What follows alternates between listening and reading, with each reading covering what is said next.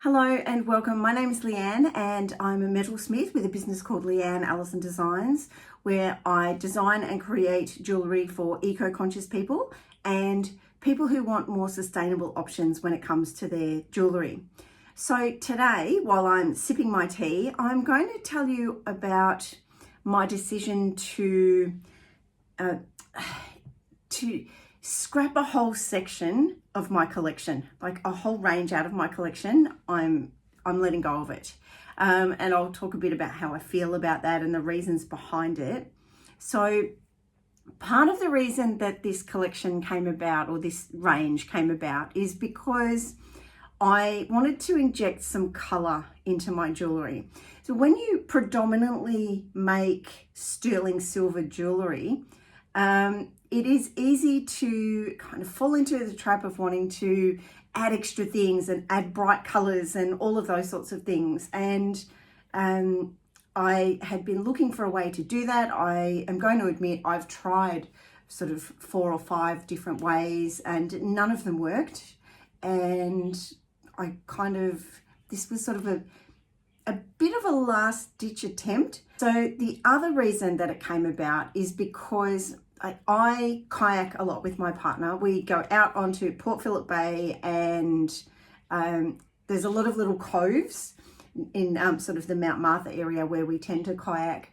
And I was finding lots and lots of plastic washed up in these coves. There's another little beach that we go to occasionally for a walk. It's a great beach to just collect pieces of sea glass. And we'll pop down there sometimes. And as we were spending a little bit more time down there collecting glass, I'd noticed that there was a lot of plastic that had washed up on the beach.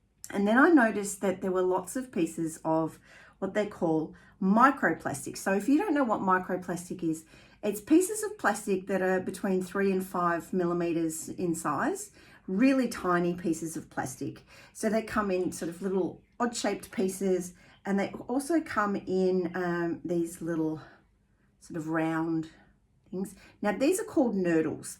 So nurdles are the basis of all things plastic. So what happens is these nurdles are melted down into a mold and they create the item of plastic.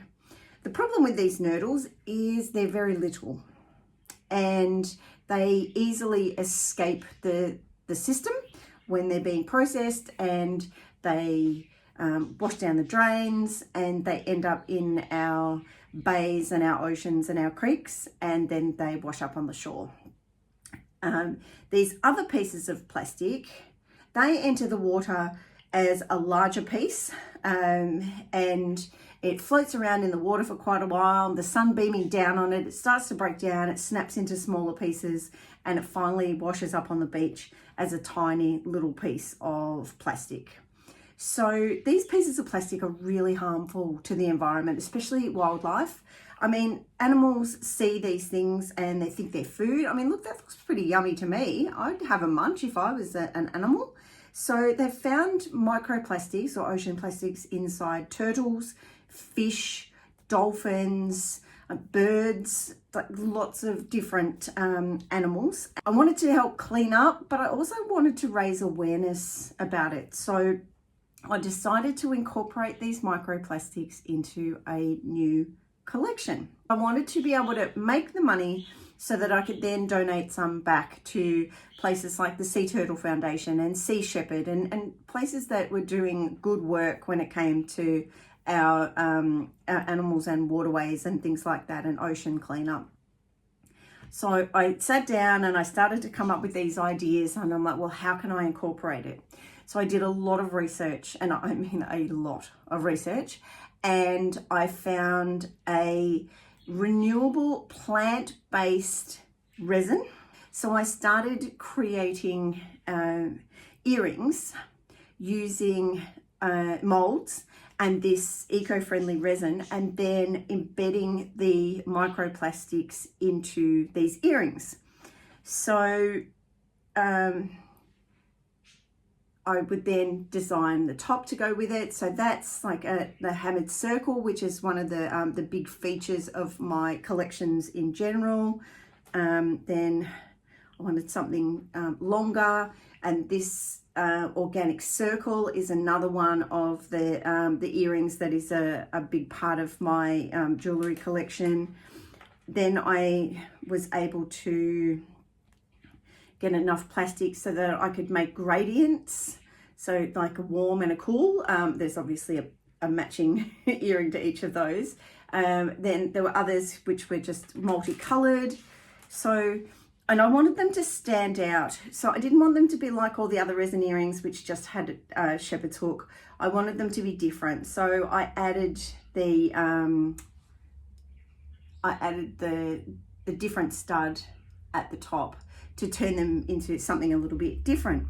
Now, they were received really well. People liked them. People thought that they were unique, but I came across a couple of problems. First of all, regardless of how fancy the top was and how much I made that sort of different, this was still resin. And people kind of were like, well, it's just resin. And I understand that. Also, people didn't understand how much work actually went into these earrings. So I would go down to the beach and I would collect these plastics. I was bound by the plastic that I was finding. I couldn't just wander on down to the beach and go, today I need purple, so I'm just going to collect purple. It didn't work like that. It was based on what was washed up on the shore at the time. Another problem was that I can't be down at the beach every single day collecting plastic. If there was a big storm, we would go down, but then there would be so much seaweed and just wood and all sorts of other bits that had washed up as well. And high tide is better because it pushes the plastic right up to where the bushes are and the plants at the top of the shoreline. So when it gets up there, the smaller pieces are much easier to find. They don't tend to stay at the waterline because the water comes back in and out and washes the pieces back out to into the bay. Then eventually they wash up onto the shore. So there was all of that was sort of going on. Plus I could spend an hour or more just wandering down at the beach picking up pieces of plastic. I would then get it home and I would have to sort it. So that could be another hour of just sorting plastic pieces. And it would take me quite a while to amass a fairly big collection. And I know that I said that there was lots and lots of plastic on the beach, and there was, and there's lots of microplastics, but it would take me quite a long time to collect it if I'm down there by myself. And even with Doug with me, it was taking forever to actually collect pieces. So I'd get it home, I'd sort it all out, and then I would sit down and create some designs, which, you know, took a little bit of time because I was individually dropping the pieces in and working out the pattern and the design as I went along. So that would take quite a bit of time. So I could spend an hour just to make maybe, 4 or 5 pairs of earrings. And then there was the time it took to make the pieces, the stud pieces. So that's not a quick and easy job. So I ended up, I was selling these pieces for $55 and ones like this for $65 because the market didn't really feel prepared to pay any more than that because people didn't want to pay lots and lots of money for resin.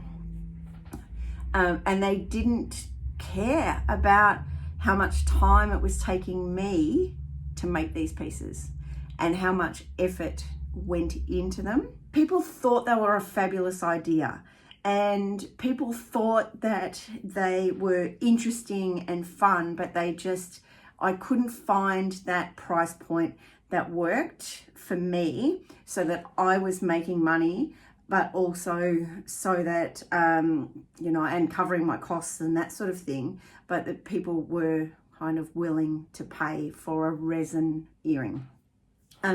Another part of the problem was that they weren't really cohesive when it came to the rest of my collection. The rest of my collection is, it's, as I said, it's basically sterling silver or gold filled. It was just really, I don't know how to say it. It didn't quite work. It always kind of looked odd. These pieces just, I don't know, they just didn't, they weren't cohesive with the rest of what I made. So I made the decision to scrap them. And I'm not bagging resin or anything like that, because I know there are lots of resin earrings out there that I absolutely love myself, you know, ones with flowers embedded and things like that. But the other issue is that then people were like, oh, well, could you do this in resin? Could you? So no, I don't work in resin. I work in sterling silver, and the resin here just happens to be part of one collection. So I really wanted to open people's eyes to the impact that plastic pollution was having on the environment and how much plastic was out there. I mean, look, there's so much plastic that I can make a whole pair of earrings out of just yellow and red and orange. Just things like that. But it didn't work that way. I don't know, maybe I haven't given it long enough, but I think part of the problem is that I just never felt that it really matched the rest of my jewellery. So I decided to pull the collection. The people that I've attracted that buy these earrings don't necessarily want anything else from my collection. It's been hard, and part of me doesn't want to let them go because I want to raise awareness. And then another part of me is like, no, they can go. No, I don't need them anymore. I've got plenty of other things in my collection. I've got lots of other ideas.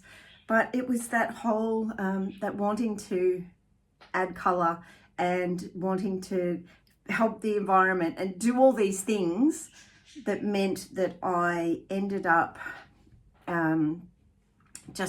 creating a collection that has, I suppose, kind of flopped.